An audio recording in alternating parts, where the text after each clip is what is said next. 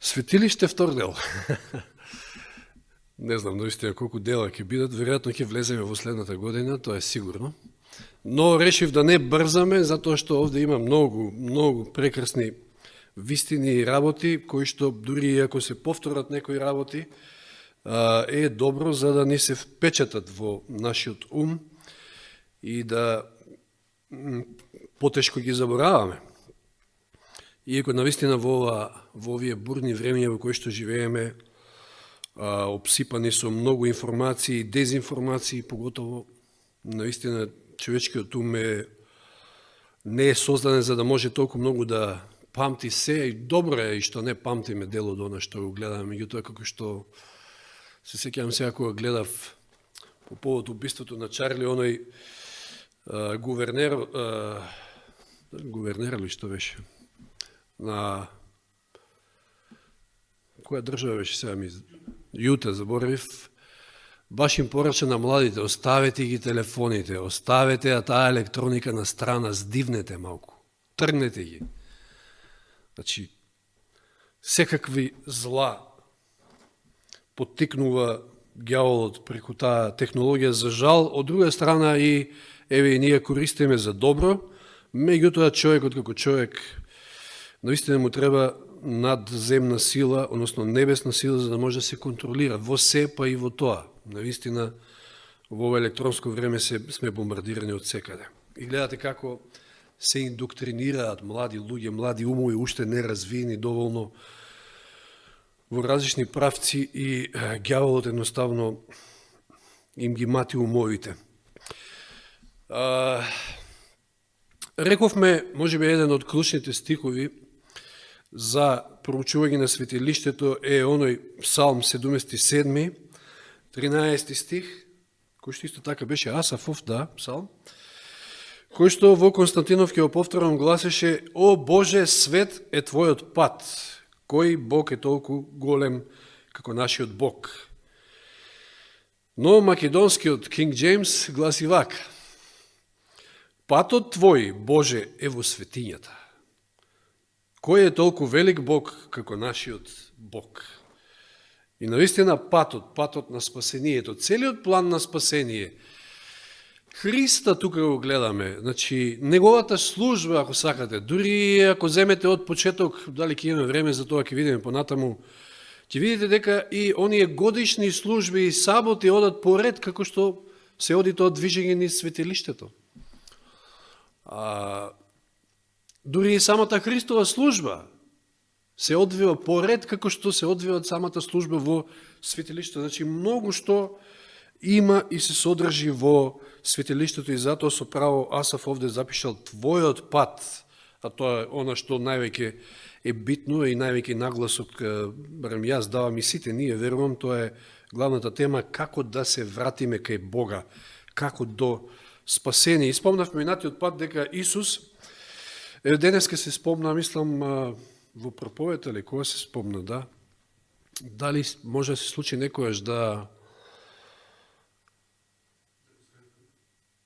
не го препознаеме, така беше некој. Тоа се случило со 20 ученици кои што во неделата патувале кон Емаус. Исус им се приклучила, тие од тага, од разочараност, скршени срца, раскинати, без надеж.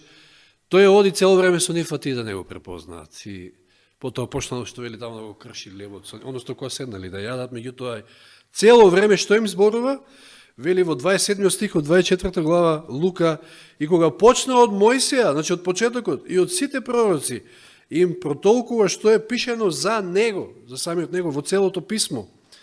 Во 44 стих вели им рече: тоа се зборовите што ви ги зборував додека уште бев со вас, дека треба да се исполни се што е напишано за мене, и требаше да пострадам на крстот, каде е запишено во Мојсиевиот закон, значи во Тората, во пророците и во псалмите, односно целиот Стар Завет, затоа што тој постоел, зборува за мене. И веројатно, како што кажав, кога почнал од Мојсија, веројатно се задржал доста и во Излез, во Левит, значи голем дел од Тората, од тие 5 Мојсиеви книги всушност се занимаваат со светилиштето и она што се случува во него. И не само што светилиштето зборува за него, неко буквално секој предмет внатре, секоја служба, секој дел од службата укажува на Христа.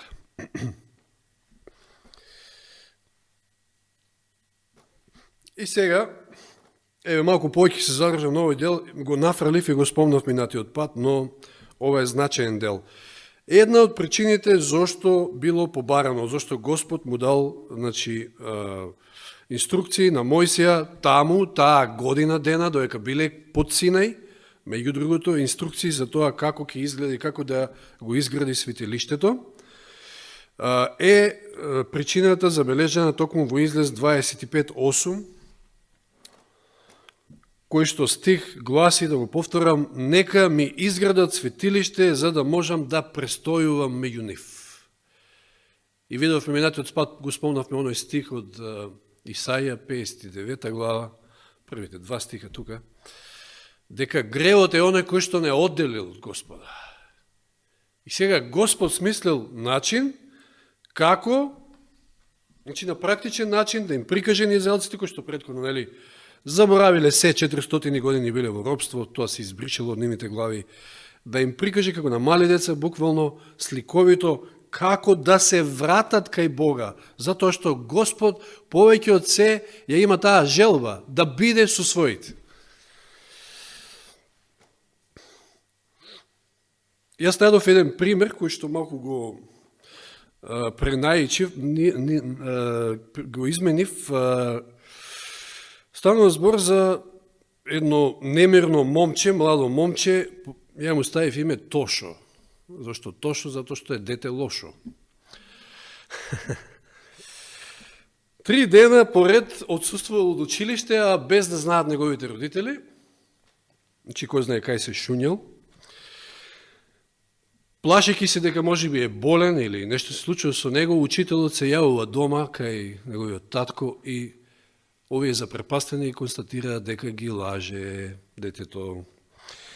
Се изненадели, значи, родителите и сега не знаеле како да го воспитаат за на крајот, нели, да, како што секој вистински родител сака да направи човек од своето дете, значи благороден човек, и тоа морало да изречат некоја соодветна казна. Значи 3 дена си бил надвор од училиште, сега 3 дена ќе спиеш, ќе бидеш сам, ќе ти се ограничи слободата на таван.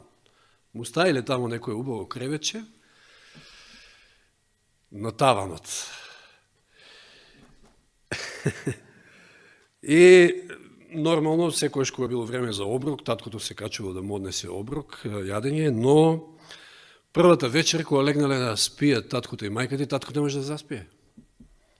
Мисли цело време на својот син. И решава и вели на жена си, не можем, јас ќе одам горе кај него. Се качува горе кај Тошо и се, знаеш, му се приближува како татко, го прегрнува, почнува да му зборува убави зборови, детето липа, плаче, тој плаче, едноставно тоа е таа родителска татковска љубов и детето полека сваќа, значи се обреќа, сваќа дека нема никаква корист од непослушноста. Еве, зборувавме во стиховите за тоа колку е важна послушноста. И така секоја вечер, таткото секоја вечер заминувал кај него, не можел сам. И на крајот детето сваќа и ја научил својата лекција. И сега од Тошо ќе стане, според мене, добре. Како беше она Зоран. Добиваме нови имиња, така ли? Епа Тошо станал добре. Да, тоа е така и со нашиот небесен татко. Знаете, ние сме сгрешиле, сме се одделили од него, меѓутоа создадени во негов лик. Негови деца сме. Тој не може да не биде со нас. Тоа од секојаш негова желба, гледате низ целата Библија. Бог сака да биде со нас. Уште на почетокот Адам и Ева сгрешили, иницијативата е Божја. Бог им приоѓа. Секако околностите сега се многу смените, меѓутоа негова е иницијативата. И тој им се доближува, затоа што тој сака да општи, тој сака да има тесна заедница со нив. И така и во Новиот Завет, преку Исуса, што се вели, еве го повторно тој речник на светилиштето, Јован 1.14, познатиот стих, кој што гласи: и Словото стана тело и се настани, и знаеме, сме зборувале за овој глагол, како е во оригиналниот превод, односно всушност во оригиналот, всушност се користи збор вшатори. Исус се вшатори. Повторно таа идеја, светилиштето. Светилиштето било изградено за да Господ престојува меѓу Божиот народ, така и Исус е пратен за да биде меѓу својот народ. Тоа е таа исконска желба Божја, значи повторно да ја воспостави таа заедница со нас. Вели, се вшатори меѓу нас, значи се настане меѓу нас и ја видовме неговата слава, или, како што денеска проучувавме, карактерот негов. Затоа, меѓу другото, Исус дојде да го прикаже Божиот карактер. Славата што ја има како единороден од Таткото, полн со благодат и вистина. И сега конечната цел, таа желба е, ја кажав минатиот пат, светилиштето е тој пат. Како преку влезот и полека да се движи со вера, секако. Значи, кога зборувам тоа во искуството на христијанинот, ние со вера се движиме, ние не можеме да влеземе буквално како грешници до светињата на светињите. Таму влегувал, денеска спомнам, мислам брат Зоран, само првосвештеникот. Грешникот доаѓа до каде? До жртвениот олтар и толку. Тука го коле, понатаму ќе зборуваме многу што за ова, јагнето со своји раце се пролива неговата крв и потоа свештеникот веќе ја врши натака работа. Меѓутоа, ние со вера треба да стигнеме до светињата на светињите, до таа конечна средба со Господа. Сега, на крајот, кога конечно тоа ќе се оствари, денеска прекрасни зборови читаше Рајна, не случајно, веројатно од 5 минути, што каже таа, сеќавате ли? Зошто небото е свето? Зашто Господ е свет? Затоа што таму нема грев. Како ќе биде на новото небо и новата земја? Конечно ќе се оствари таа средба. Денеска се зборуваше за тоа. Еве ги стиховите, Откровение 21.3. Знаеме 21 и 22 глава Откровение што опишуваат новото небо, новата земја. Откровение 21.3. Ова е нешто слично како добро, може да сте отворили веќе таму, да не весецкам. Откровение 21.3 вели: и чув силен глас од небото велејки: еве го Божиот шатор меѓу луѓето. Кој шатор? И тој ќе живее со нив. И тие ќе бидат негов народ и самиот Бог ќе биде со нив. Шатор, има ли шатор? Кој е шаторот? Ова е слично како Езекиел 37.27 вели: моето живеалиште ќе биде меѓу нив и јас ќе бидам нивен Бог, а тие мој народ. Јас ќе живеам со нив, меѓу нив. Откровение 21.22 кажува една работа која што, не знам, ја може би не сум обрнал внимание до сега толку многу на ова, ама сега, кога малку подетално се занимавам, видите што вели? Зборува за Ерусалим. Новиот Ерусалим, на новата земја. Што вели? 21.22. А храм не видов во него. Зашто негов храм е Господ Бог, семокниот и јагнето. Може некој нема да се сложи со мене, меѓутоа, на новата земја, во новиот Ерусалим, нема да има храм. Не е онаков како што опознаваме. Да, има храм денес, небесен. Па Мојсей требало да направи долниот, небесниот храм или светилиштето според сликата на небесниот. Меѓутоа, нема да има потреба веќе од таков храм, нити посредничка служба, ни ништо од тоа. Ништо. Затоа што гревот завршил. Се е завршено. Значи, храм во него не видов. Ке има нешто. Значи, не знам што ќе биде тоа. Божиот престол секој ќе биде на земјата и така натаму. Но храм од таков тип нема да има потреба. Вели храм, или претходниот стихот вели: еве го Божиот шатор, со големи букви, Божиот шатор меѓу луѓето, и тој ќе живее со нив. И целиот Ерусалим ќе биде осветлен од Божјата слава. Тука е престолот Божи, и се ќе биде осветлено од неговата слава. Потребна била таа поделба и на тие делови во небесно светилиште. Зошто? Па затоа што Господ требало да биде одделен од грешниците, не може инаку. Од гревот. И затоа била таа представа, па една завеса, врата, па друга, и така натаму. Меѓутоа, горе нема да има такво нешто, горе, односно долу, повторно на новата земја, во новиот Јерусалим. Целиот Јерусалим ќе биде осветлен од Божјата слава, па затоа и вика, ќе нема потреба од сонце, како беше исто оној стих, кој што може би малку погрешно да сваќаме, според мене, сонцето ќе си го има. Како ќе се мери времето? Дали сонцето е дадено и месечината како знаци за времето, за месеците, за деновите и така натаму. Како ќе доаѓаме ние од сабота во сабота пред Господа? Како од младина на младина ќе доаѓаме кај дрвото на животот? Како ќе знаеме кога е први? Не дека баш така може би ќе се занимаваме со календари како денеска, меѓутоа сепак ќе се знае.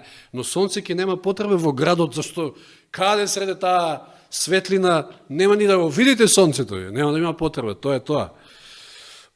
Целиот град е исполнен со Божјата слава. Сите се тука, оние кои што пред се, веројатно 143.000 и понатаму ќе зборуваме на тие теми, но сака да го потенцирам тоа, конечното исполнување на таа средба и тоа заедништво со Бога се случува дури таму, буквална физичка смисла, да кажеме. Меѓутоа, со вера ние денеска треба да сме веќе во светињата светињите, поготово кога живееме во антитипскиот ден на Јом Кипур, всушност.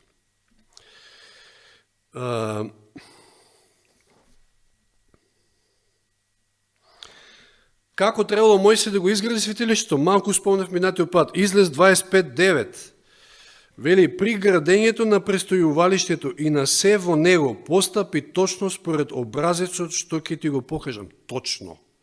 Вели, точно. До сантиметри.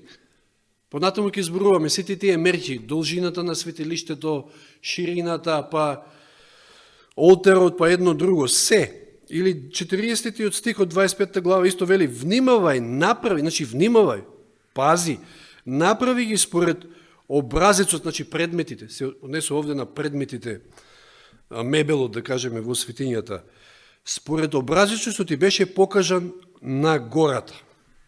Значи, Мојсе не измислил само од себе, се му е дадено, се, целиот план, нацрт, димензии од Господа.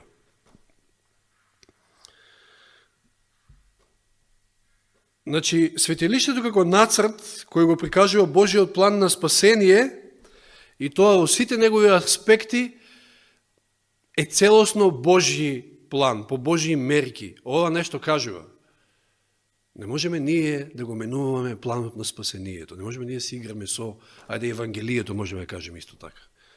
Зато Евангелието е тоа. Во центарот го има Христа и планот на спасението. Не можеме ние ни да додаваме, ни да одземаме. Точно како што Господ ги поставил работите така и никако поинако. А за жал денеска мнозина чепкаат во тоа. Тоа е најлошото. Тоа е најлошото затоа што Господ сето ова што го направил, сето ова негова желба да биде со нас е за да не спаси и за да биде со нас. А ако секој нешто се обидува да го изврати сето тоа или да додава или да одзима, веќе прави огромни грешки и за самиот себе, но и за оние кои што го слушаат. Значи, планот на спасението е воспоставен од Бога. Не може човек тука ништо да менува. Интересно е, значи, земското светилиште е миниатурниот облик на светилиште се наоѓа горе на небото. Храмот што сега е, што нема да биде, според стиховите од Откровение, но сега е. И знаеме дека Исус таму е обавува службата. Ќе видиме всушност низ овие проучување дека тоа е всушност тој главниот контролен центар на целиот план на спасение. Знаете, ангелите како ги гледа таму Јаков, како се симнуваат и се качуваат. Цела армија на ангели Господ праќа. Од таму е контролниот центар, значи, тука е.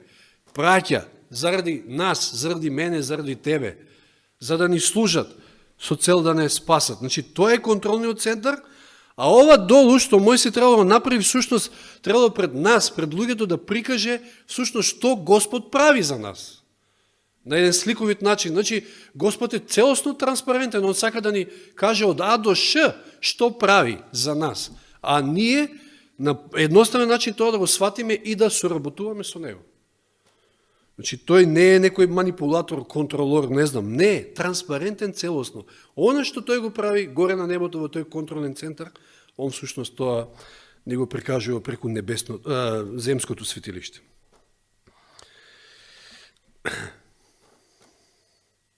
Тоа е таа, значи, грижа за нас што ја има Бог, да не испуштиме ништо, а тоа е главното. Од се е како да бидам спасен, всушност. Како тоа, еве кога станува збор за тие точни димензии, мерки, поставеност, точно како требало да се одвиваат службите. Како тоа во Новиот Завет во Евреите, еве 3:16 и 4:2 и 6 се зборува дека на луѓето во Стариот Завет на евреите им било проповедано Евангелието. И сега тука доаѓаме до Евангелието. Едно е Евангелието и тука не може и не смее никој да чепка и да го менува. Едно е. Тоа е таа слика на светилиштето. Точни димензии, точна поставеност, секако што треба. Дури има некои проценки се вели дека можеби 50 на пати се селеле доека биле, нели, со онаа портабл светилиште, скинијата за време на патувањето низ пустината. 50 на пати, значи точно знаел кој што треба, како да се спакува, се фино и повторно се распакува, да се постави. Се тоа било во еден совршен ред. Вели во Евреите 3:16, зборувајќи им на израелците, вели дели од стихови, само да не ги читам сите цели, кои излегува од Египет преку Мојсеја, на нив се однесува тоа. Кои беа тоа? Израелците во пустината, знаеме. И Павле вели, зашто и ние ја чувме радосната вест како и тие. И тие ја слушнаа радосната вест, односно Евангелието. Или после вели во 4:6, мислам дека е, оние кои порано го чуле Евангелието. Како го слушнаа Евангелието? Па преку светилиштето. Преку сето она што се одвиваше во светилиштето, тоа беше за нив Евангелието. Со векови, значи, пред апостолите, израелците го слушнале, имале прилика да гледаат цело време како се одвива таму целата служба и на тој начин да го препознаат и да го прифатат Евангелието. И тоа Мојсей им го проповеда, значи, преку светилиштето пред се. Значи, секоја служба, комплетниот систем, всушност таму, на вистината што самиот Бог му го дал на Израел, на Синај, светилиштето, значи, имало единствена цел да го открие Христа, и то не само на еврејскиот народ, тука и на околните народи. Како што, нели, денеска Евангелието е за сите. Што ова кажува? Исто една слика. Евангелието е едно и единствено и не може човек да менува тука ништо. Да се посетиме само на оние зборови во Галатјаните 1 глава, Павле ги кажува многу јасни. 6, 7 и 8 стих, Галатјаните 1 глава. Павле вели, се чудам дека така брзо се одвративте од оној кој ве повика во Христовата благодат и преминавте кон друго Евангелие. Кое не е друго, само има некои кои ве збунуваат и сакат да го изопачат Христовото Евангелие. 8 стих. Но ако и ние, или ангел од небото, ви проповеда друго Евангелие, различно на оно што ви го проповедавме, што? Да биде проклет. Точни димензии, се како што Господ кажал, тоа е. Нема тука чепкање, нема тука ништо менување. А толку се едноставни пораките на светилиштето. Ке видиме, значи, и преку тоа лично искуство на христијанинот. Еве, јас се надам следната сабота ќе навлеземе во тој дел, баш ќе одговара и со светата причест. Кој е првиот предмет? Односно, вака, само малку ќе нафрлам само. Каде се наоѓала скинијата? Денеска читавме за шаторот на состанокот, кај се наоѓал? Надвор од логорот. А кај се наоѓала скинијата, светилиштето? Во средината. Од сите страни били поставени племињата во средината, и тоа на отприлike километар растојание од првите шатори на племињата. Километар имало растојание отприлike до светилиштето. И грешникот кој што се кае, што требало да направи? Пазите, тоа е првиот чекор што човек треба да го направи. Првиот чекор на доближување до Бога е што? Па покајанието. По делувањето на Духот Свети, човек се кае, го зема јагнето и сега замислите кој е сраме тоа. Сите ви гледаат, дори не знам, може да сте позади таму во шаторот, вие сега треба да одите со јагнето и сте упатени кон светилиштето и сите ви гледаат, знаат, кој знае што направи. И потоа има чистинка една цел километар до светилиштето. И тука, исто, сите ви гледаат. На чистинката, од сите страни ве следат и ве гледаат. Тоа е, за човек вистински да се покае, може само тоа да го направи, оној кој што вистински се кае. И влегува низ првата завеса, влезот во светилиштето, вратата, што е Исус Христос. Кој друг? Јован 10 глава. И првиот предмет на кој што налетува е жртвениот олтар. Тука се принесува жртвата. И тоа е покајанието. Тоа е всушност и сликата на Христовиот, на Голготскиот крст. Тоа е првиот чекор, покајанието, кој што се помалку и помалку го има за жал. Еве, света вечера иде. Не можете недостојни, непокајани, нечисти, не знам, да појдете во средба со Бога. Тоа е првиот чекор. Па и патот кон Христа, ако ја земете првите глави, како почнуваат? Како Божјата љубов, Господ го привлекува првин грешникот и после доаѓаат главите за покаяние и признавање. Патот кон Христа е исто во тој правец, така правена. Мислам, патот кон Христа, патот кон спасението, патот до средбата со Бога, ако сакате. Тоа е тоа. Еве една друга причина, зошто, или како можеме да го гледаме светилиштето. Тоа е местото каде што сме заштитени. Читавме и во цитатите дека Божиот закон, како беше наша заштита, исто се ограда и не заштитува. Се сеќавате на онаа моја проповед во време на пандемијата, од таму од полето, позади Пребег, баш го цитирав тој стих и целиот Псалм 91, кој што некако не водеше низ таа пандемија, да го цитирам пак, Псалм 91:4, веле ќе ти заштити со своите крилја и ќе се засолниш под неговите крилја. Неговата вистина е штит и закрила. Не знам дали се сеќавате каде беше таа заштита, но ајде ќе читаме други стихови, па ќе стане јасно, ти нема време сега. Псалм 27:5. Тој ме засолнува во својот шатор. Во зол ден ме крие во скрилницата на својот шатор. Тој ме издига на карпа. Или Псалм 61:4. О, да можам да живеам секојаш во Твоето живеалиште, да се засолнам по Твојата закрила. Шаторот, тоа е неговото живеалиште. Таму е нашата заштита и закрила.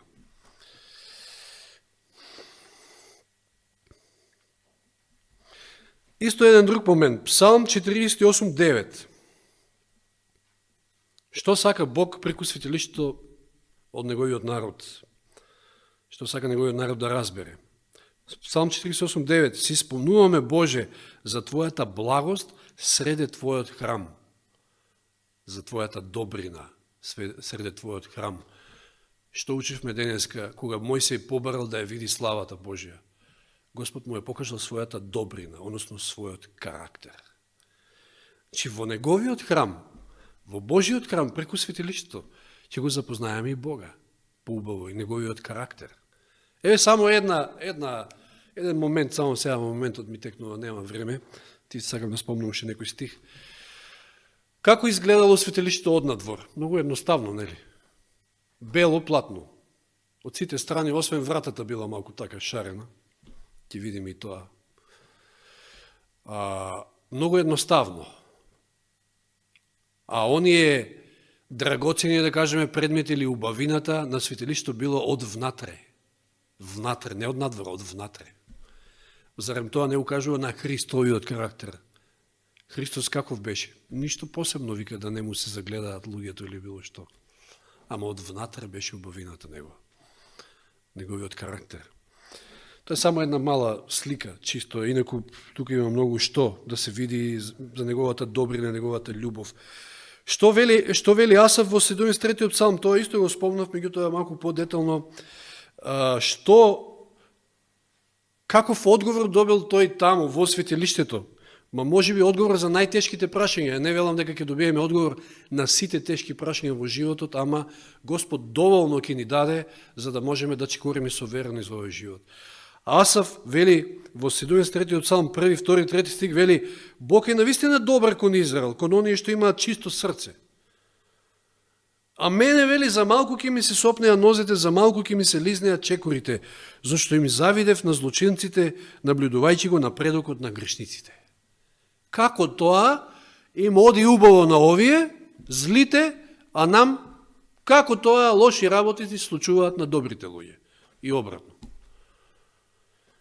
И за малку, вели, ќе ми се лизнеа нозите, за малку ќе се сопне, за малку ќе се соблазнев, ќе се разочарав. И 16-17 стих вели: И размислував како да го сознаам тоа, но ми се гледаше мачно во моите очи. Навистина мачно, и ден денеска ние се среќаваме со такви прашања и се чудиме. Како е можно тоа? Се доека не најдов влез во Божјото светилиште и го согледав каков им е свршетокот, крајот. Значи, еве, светилиштето ни помага и околу тоа. Ни објаснува и дава одговор на некои тешки прашања. Реков, може би не на се конкретно ќе добиеме во животот одговор, меѓутоа доволно за да се одржиме во верата и да му веруваме на Бога. Знаеме, поготово ние денес, дека живееме во времето на Јом Кипур и судот заседава и крајниот збор го има Бог. Може тешко ќе поминеме низ овој живот и покрај, а и како сакаме да поминеме, кога сме малцинство, дај Боже, мислам, ние да сме во тие. Каде ги имате денеска луѓето? Кој спомна некни на стадион? Не знам која утакмица била, што била. Исполнет стадионот до последно место. Фудбал.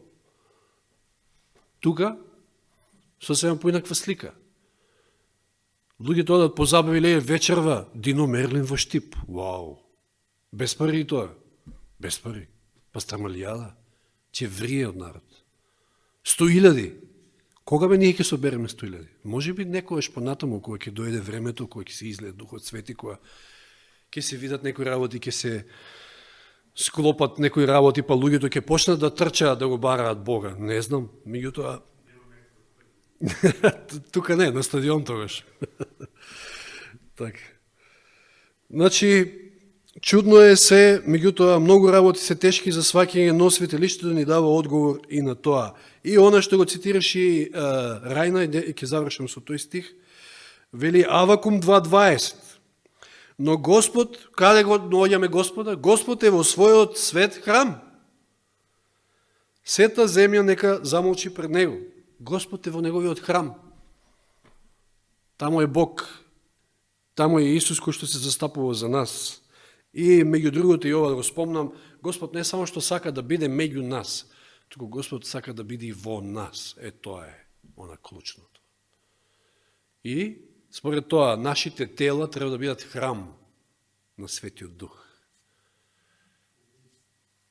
А 1 Коринќаните 6, 19 и 20 вели: или не знаете дека вашето тело е храм на Светиот Дух, кој е во вас, кој го имате од Бога, па не си припаѓате само на себе си. Зашто скапо сте купени, така прославете го Бога во своето тело и својот дух, кои што се Божи. Или што и да јадете, што и да пиете, се правете на Божја слава. Нашето тело треба да биде храм на Божјиот дух. Господ сака и да пребива во нас, во овој храм. Така да има многу што понатаму да проучуваме со Божја помош. Реков, ќе се обидувам да се движиме полека и да повторуваме најчесто работи кои што веќе ни се познати, но и може би ќе научиме и нешто ново. Слава нека му е. Амин.